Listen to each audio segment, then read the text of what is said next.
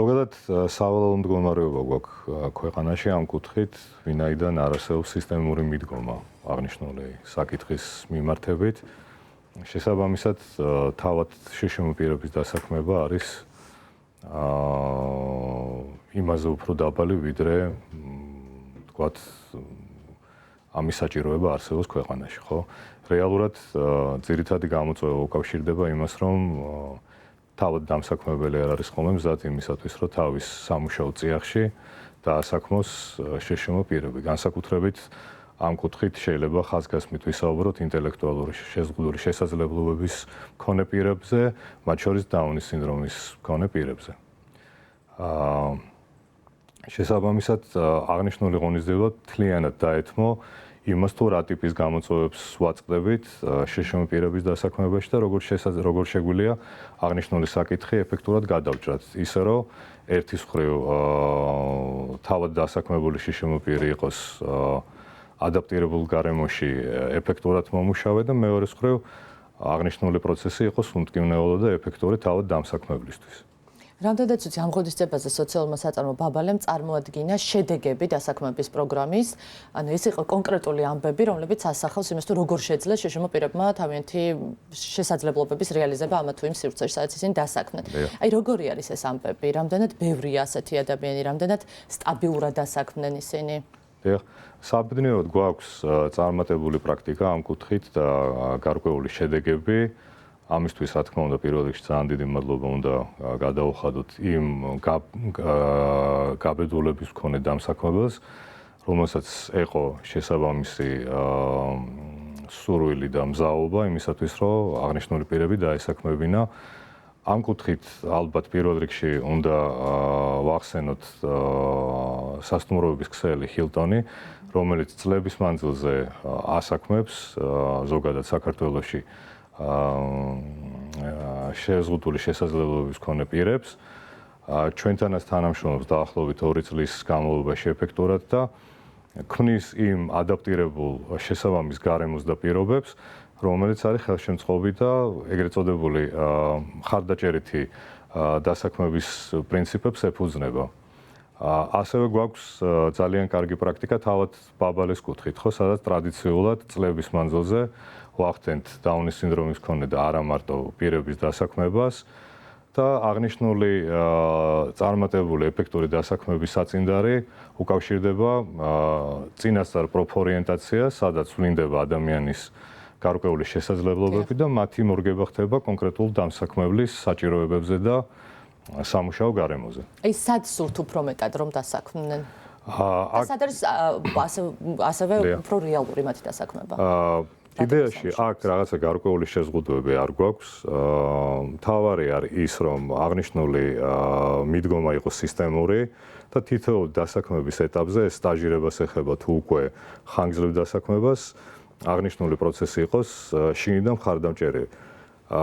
მხარდაჭერილი. ამისათვის ისევე როგორც ბაბალე, დაუნის სინდრომის ასოციაცია აყალიბებს და სთავაზობს პოტენციურ დამსაქმებებს შესაბამის სისტემურ მიდგომას, მოდელს, სადაც პირველ რიგში ჩვენ ვიკვლევთ არსებულ სამუშაო გარემოს, ვცდილობთ დამსაქმებელთან ერთად მის ეფექტურად მორგებას და ადაპტირებას შშმ პირებისთვის და ასევე თითოეულ ეტაპზე ხდება თავად ორგანიზაციის კომპანიის თანამშრომლების ტრენინგი იმ კუთხით, რომ მაქსიმალურად მომზადებულები შეხვდნენ ასეთი ადამიანის მათ სამუშაო წიაღში დასაქმების ნაწილში. თქვენ ბრძანეთ, რამდენად მნიშვნელოვანი არის, რომ დამსაქმებლები იყვნენ მზად მიიღონ ასეთი ადამიანები და გარემო იყოს ხელშემწყობი. რა იგულისხმება ამ ხელშემწყობ გარემოში? აი, რა კომპონენტების ერთობლიობა ამისთვის საჭირო? პირველ რიგში ტრადიციულად პირველი ბარიერი, რასაც ვაწყდებით, ეს არის საზოგადოებაში არსებული ზოგადად ხო სტიგმა და სტერეოტიპები, იმასთან დაკავშირებით, თუ რამდენად ეფექტურად შეუძლიათ შშმ პირებს დასაქმება და ეფექტურად მუშაობა. პირველ რიგში ეს არის დასაძლევი, ეს არის როგორც მენტალური, ასევე გარკვეული ტექნიკური პრობლემა და გულისხმობს როგორც უშუალოდ სამუშაო გარემოს ადაპტირებას, და როცა ვსაუბრობთ ადაპტირებაზე, აუცილებლად ხაზგასმით უნდა ვისაუბროთ იმაზე, რომ არ არის რაღაცა განსაკუთრებული, განსხვავებული პირობების შექმნა, ვინაიდან ეს ეწინააღმდეგება თავად ინკლუზიის პრინციპს. არამედ უნდა შევეცადოთ, რომ მაქსიმალურად უმტკივნეულად მოხდეთ მათი ბუნებრივი ინტეგრირება სამუშაო პროცესში, რაც მიღწევადია და რისი ძალიან კარგი პრაქტიკა არსებობს განვითარებულ სამყაროში, ხო, მათ შორის ევროპაში და ჩვენი პრაქტიკა და მოდელი ზუსტად ამ მიდგომას უკავშირდება. თავად ეს მიდგომა არის ნაკარნახევი ეგრეთ წოდებული გაეროს კონვენციის მიერ, ხო, ეგრეთ წოდებული CRPD, რომელიც საუბრობს მხარდამჭერით დასაქმებაზე და ეგრეთ წოდებულ უნივერსალურ პრინციპზე, სადაც ადამიანისთვის იქნება მაქსიმალურად ხელშემწყობი გარემო და ხდება როგორც თავად შიშიმო პირის შემზადება ამ დასაქმებისთვის, ასევე მიმდინარეობს გარკვეული ქმედებები გარემოსა და სამუშაო პროცესების ადაპტირების კუთხით. როგორი არის სახელმწიფოს როლი ინკლუზიური სამუშაო გარემოს შექმნის პროცესში? აი, იგივე გაეროს პრინციპების დაცვის მნიშვნელობა, სახელმწიფოს მიერ ამ პრინციპების დაცვის ვალდებულება თუ სრულდება? მოგეხსენებათ, რომ თავად კონვენციასთან მიერთება სახელმწიფოს ავალდებულებს, რომ აღნიშნულ პროცესებში იყოს საგნობრივად და ეფექტურად ჩართული, თუმცა სამწუხაროდ აღნიშნული მხოლოდ და მხოლოდ მიერთებით შემოიფარგლა სახელმწიფო სამწუხაროდ არ ახორციელებს შესაბამის სისტემურ მხარდაჭერას ინკლუზიური დასაქმების კუთხით, რაც ბუნებრივია ქმნის პრობლემას, იმიტომ რომ როდესაც საუბრობთ ინკლუზიაზე, ერთი კონკრეტული ორგანიზაციის თუნდაც ისეთი მდგრადი და ეფექტური, როგორც გახლავთ დაუნის სინდრომის ასოციაცია, ვერაფერს გახდება თუ შესაბამისი მხარდაჭერა არ იქნება სახელმწიფოს. კონკრეტულად რა მხარდაჭერას გულისხმობთ? აი, რაში გჭირდებათ ყველაზე მეტად მხარდაჭერა? ამ კუთხით პირველ რიგში მხარდაჭერა ესაჭიროება თავად ბიზნესის წარმომადგენლებს, კერძო სექტორს, იმისათვის, რომ ერთის მხრივ მოხდეს მიზანმიმართული მონიტორინგი, მათი სამუშაო გარემოსი, შეიქმნა შესაბამისი ინსტიტუციური მხარდაჭერა და ასევე ვხედავთ ამ როლს იმ ტრენინგების მხარდაჭერაში, რომელიც ერთი კონკრეტული ორგანიზაციის ძალისხმევით ვერ ფარავს სრულად იმ საჭიროებებს და იმ მასშტაბს ამ პრობლემის, რომელსაც ჩვენ ვაწყდებით ყველა ერთად. როგორი არის დასავლეთის ქვეყნების საუკეთესო გამოცდილება ამ თვალსაზრისით? ვინც შეძლო რომ აი ნაბიჯ გარემო და მათ შორის დასაქმების გარემო გაიხადა უფრო ინკლუზიური? პირველ რიგში დასავლეთში აღნიშნული პრაქტიკა ეფუძნება ცნობიერების ამაღლებას და ამისი დიდი კულტურა და პრაქტიკა არსებობს და ეს ითვლის არაერთ წელს. ეს არის ასე ვთქვათ პირველი ამომავალი წერტილი, საიდანაც იწყება ამ პრობლემატიკაზე მუშაობა და მეორე მხრივ არსებობს გარკვეული ტრადიცია და კულტურა, რომელიც არა მხოლოდ ავალდებულებს დამსაქმებელს შიშიმო პირების დასაქმების კუთხით, არამედ წარმოაჩენს ამ საკითხს როგორც ღირსეულ სოციალურ პასუხისგებლობას, რომელიც არ ატარებს რაღაცა გარკვეულ სპორადულ წყვეტილ ხასიათს, არამედ არის მდგრადი და მუდმივად ხდება ამაზე მუშაობა და ჩართული არის როგორც სახელმწიფოს მხრიდან შესაბამისი ორგანოები, ინსტიტუციები, ასევე თავად დამსაქმებელი და პლუს კიდე არსებობს გარკვეული ძალისხმევა და კომპონენტები, რომელიც გულისხმობს უშუალოდ NGO სექტორის მხარდაჭერას, ხო, რომელიც ჩვენ შემთხვევაში სამწუხაროდ აი აღნიშნულ რთულ ვითარებაში იმგვარი გამოწვევების წინაშე დადგა, სადაც არათუ შშმ თემის მხარდაჭერაზე საუბარი, არამედ თავად ასეთი ტიპის NGO-ების გადარჩენაზე მიდგა საკითხი, ხო? აი ეს არის ასე ვთქვათ ის დიდი გამოწვევა, რასაც ჩვენ ვაწყდებით და რაც ანსხვავებს იმ პრაქტიკებს, რომელიც დასავლეთში არის ფეხმოდგული. აი სტიგმა ახსენეთ და სტიგმაზე მუდმივად საუბრობთ და ვიცით რომ ეს რჩება ისევ სამწუხაროდ ერთ-ერთ მთავარ გამოწვევად.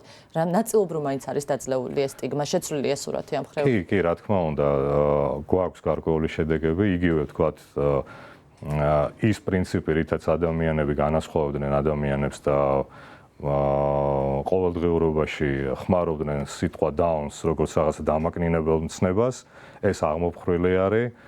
Ქონდა გარკვეული ესეთი კარგი შედეგები, თქვათ, ინკლუზიური განათლების კუთხით, რაც არის წინა პირობა იმისა, რომ ინკლუზია მერე გადაინაცვლოს დასაქმების სფეროში, თუმცა განვითარებული მოვლენების ფონზე ვხედავთ, რომ იგივე ინკლუზიური განათლების კუთხით უკიდურესად სავალალო მდგომარეობა მივიღეთ, თუნდაც იმითი, რომ განათლების სამინისტროში არსებული ინკლუზიური დეპარტამენტი ფაქტიურად გაუქმდა და თუ არ გაუქმდა, ყოველ შემთხვევაში მისი რაღაცა გარკვეულ სტრუქტურულ სხვა ერთეულთან შერწყმა მოხდა, რაც ცხადყოფს იმას, რომ ამ კუთხითაც სახელმწიფოს არ გააჩნია პრიორიტეტი და აღნიშნული საკითხი არ წარმოადგენს მნიშვნელოვან პუნქტს მათ დღის წესრიგში.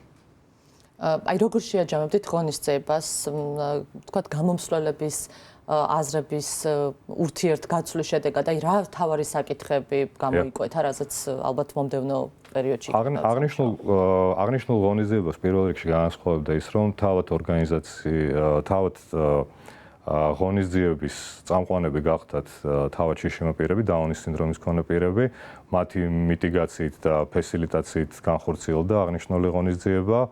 მათ გაამახვილეს ყურადღება იმ საკვანძო საკითხებზე, რომელზეც ვისაუბრეთ, რომელიც ძირითადად უკავშირდებოდა მხარდაჭერითი დასაქმების პრინციპებს და იმ ეფექტურ მოდელს, რომელზეც დაუნის სინდრომია თავის პარტნიორ ორგანიზაციებთან ერთად მუშაობს. ასევე ძალიან მნიშვნელოვანი იყო მხარდაჭერითი სოციალური კამპანიის დაანონსება, რომელიც მხარდაჭერილია კომპანია ჯეპრას მიერ. და ამისათვის მინდა ვისარგებლო ამ შემთხვევით და მადლობა გადაუხადო ჯეპრას წარმომადგენლებს, რაც თავის არში გულისხმობს იმას, რომ ამ უკიდურესად რთული პერიოდის განმავლობაში, როდესაც ფაქტიურად არანაირი წდომა დაუნის სინდრომის ასოციაციას ფინანსურ რესურსებთან აღარ გააჩნია, იმიტომ რომ ის დონორული პროგრამები არის შეჩერებული და ფაქტიურად დასჯადი გახდა, ხო, იმ საგრანტო პროგრამებში მონაწილეობა, რაც რომ უნდა წარმოადგენდეს ჩვენი დაფინანსების ძირითად წყაროს, აი აქ გამოიკვეთა სწორედ ჯეპრას იდეა და ინოვაციური მიდგომა იმაში, რომ აღნიშნული დაფინანსებები ჩავანაცვლოთ თანადგომით და მხარდაჭერით კერძო სექტორის მხრიდან. და აქაც მადლიერებით უნდა აღვნიშნო, რომ გვაქვს გარკვეული წინსვლა, იმიტომ რომ დაახლოებით 100-მდე კომპანიამ გამოთქვა სურვილი იმისათვის, რომ გარკვეული სისტემური მდგრადი მხარდაჭერა აღმოუჩინოს ჩვენ საქმიანობას, როგორც საოპერაციო ნაწილში, იმისათვის, რომ შევინარჩუნოთ თავად ჩვენი ინსტიტუციის მდგრადობა, ასევე მხარდაჭერილი იყოს ის საქმიანობები და პროექტები და პროგრამები, რომელშიც აქტიურად ვართ ჩართულები, მათ შორის დასაქმების კუთხით. ყველაზე საგულისხმო რაც გახლავთ ამ ინიციატივაში არის ის, რომ ჩვენ არ ვცდილობთ გარკვეული რაღაცა ჩარითის ფორმატში თანამშრომლობას და გარკვეული ასე ვთქვათ, წყვეტილი რაღაცა პროგრამების განხორციელებას, არამედ ვცდილობთ სანაცვლოდ დამსაქმებელს შევთავაზოთ ჩვენი სერვისები, მათ შორის აი ამ მხარდაჭერითი დასაქმების კუთხით, რაც ქმნის ეფექტური თანამშრომლობის პრეცედენტს და არა რაღაცა ქველმოქმედების იმ პრინციპს, რომელზეც ზოგადად საქართველოში ეს CSR-ი ეფუძნებოდა დღემდე.